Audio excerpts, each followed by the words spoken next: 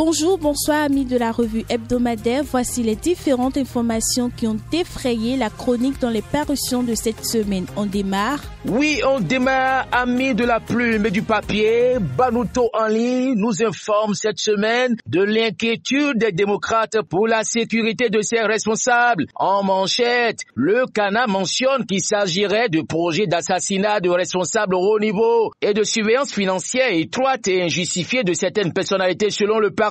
En effet, c'est dans un communiqué en date du 12 février 2024 que le parti a alerté sur la sécurité de ses responsables au plus haut niveau. Dans ces colonnes, Banouto rapporte les propos des démocrates qui estiment, ouvrez les guillemets, s'il est vrai qu'une si monstrueuse idée a germé quelque part et a pu se permettre de mettre en branle son ingénierie, il est encore grand temps que ces nervis se rétractent immédiatement. Fermez les guillemets.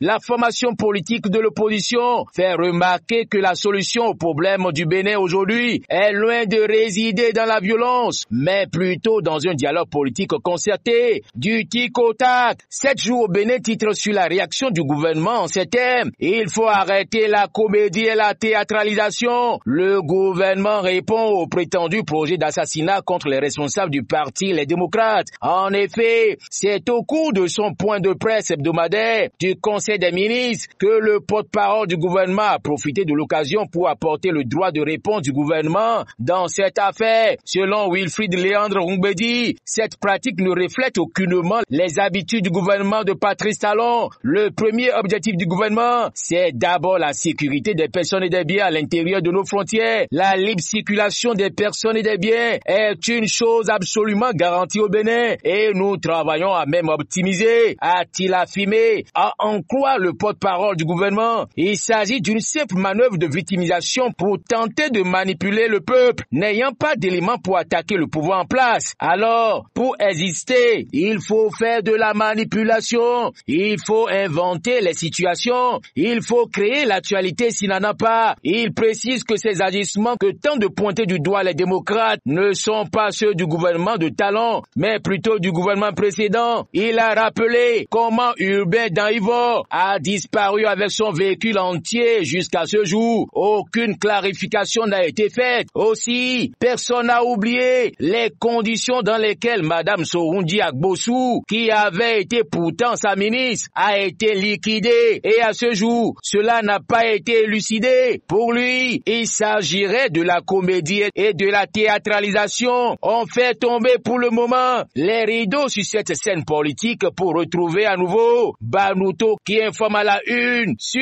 ce qui fâche les démocrates selon le député Joël Godonou dans la révision de la Constitution. Reçu dans l'émission 90 minutes pour convaincre de la radio nationale ORTB, Joël Godonou, député du groupe parlementaire Les Démocrates, a regretté un manque de consensus autour de l'initiative de son collègue. Nous n'avons pas discuté de cette proposition de loi ensemble avant que ça ne soit déposé au Parlement. En principe, c'est sur consensus tout au moins, à minima entre les trois groupes à l'Assemblée. Si les députés de l'opposition avaient été consultés, a fait remarquer Joël Godonou, la proposition telle que c'est venu peut même être modifiée avant d'être envoyée à l'Assemblée nationale. Dans ses interventions, le député de l'opposition Joël Godonou a fait savoir qu'il s'attendait à un retrait pur et simple de la proposition de loi du Parlement après la déclaration de Patrice Talon lors de sa sortie médiatique le 8 février dernier. Il trouve stratégique le fait que le député Hassan Seydou fasse seul la proposition de révision de la Constitution et non son groupe parlementaire, le Bloc républicain. Il réitère l'opposition des démocrates à toute révision constitutionnelle avant les élections générales de 2026. Il signe toutefois que le Parlement peut modifier le code électoral et corriger l'illégalité liée au parrainage des candidats à la présidentielle de 2026, comme le demande la Cour constitutionnelle, sans toucher à la loi fondamentale. Dans un autre registre à présent, Chic Info nous ramène à la Cour de répression des infractions économiques et du terrorisme,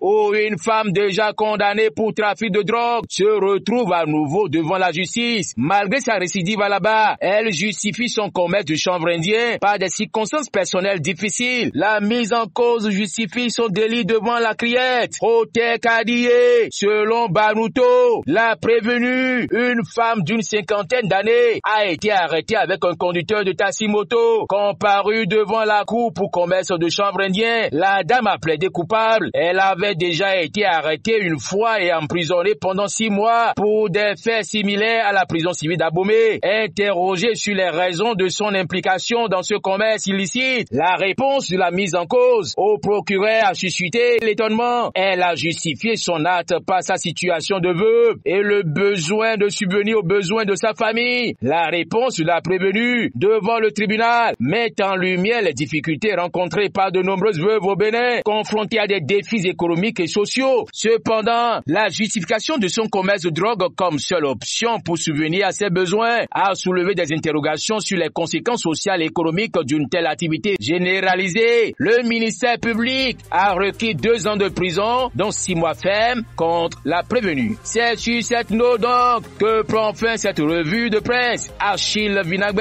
à dimanche pour une nouvelle revue de presse.